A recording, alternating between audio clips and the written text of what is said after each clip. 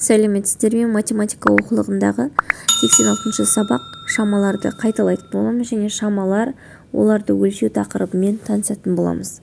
Бірінші есеп. Наурыз мерекесінің алдындағы аптада Әлия мен Сырымның жұмыстары көп болды.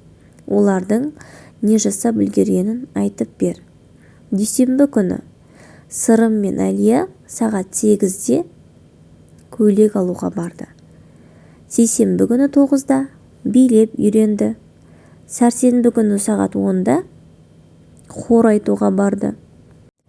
Бейсенбі күні сағат 9-да сурет салуға барды. Жұма күні 8:00-де домбыра үйірмесіне барды.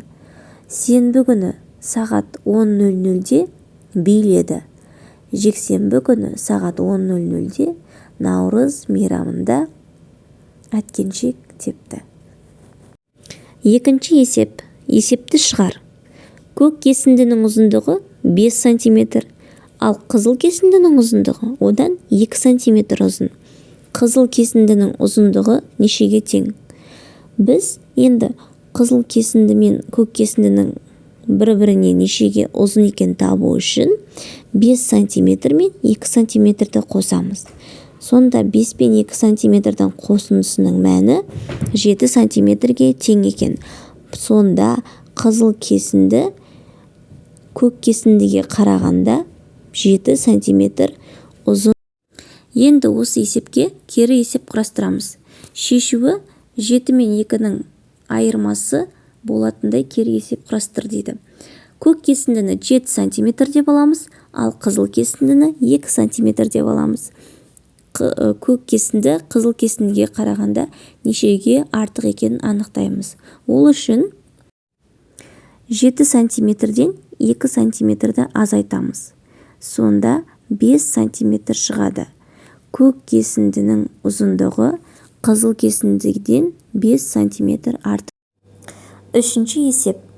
Карточкаларды қандай топтарға бөлесің?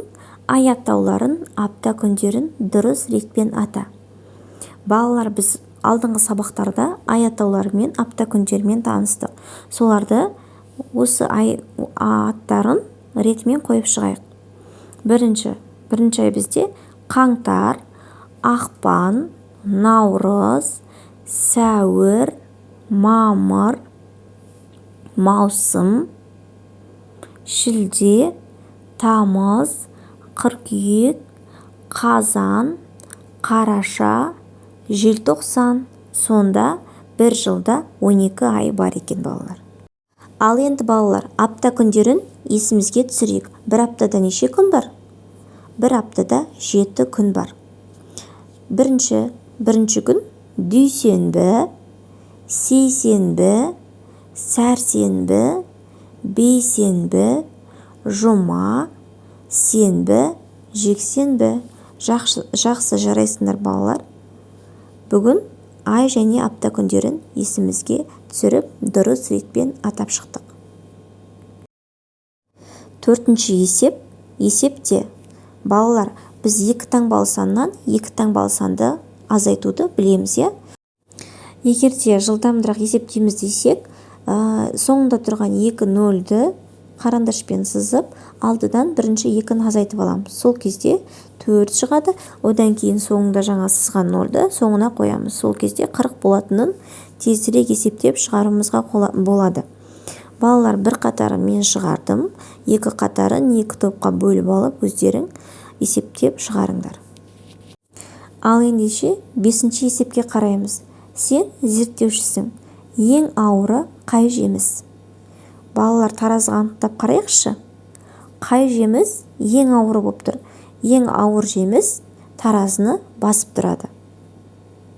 Дұрыс айтасыңдар, бізде ауыр жеміс ананас болып тұр, себебі бұл жүзімді басып тұр. Ал енді екіншісіне суретке қараймыз.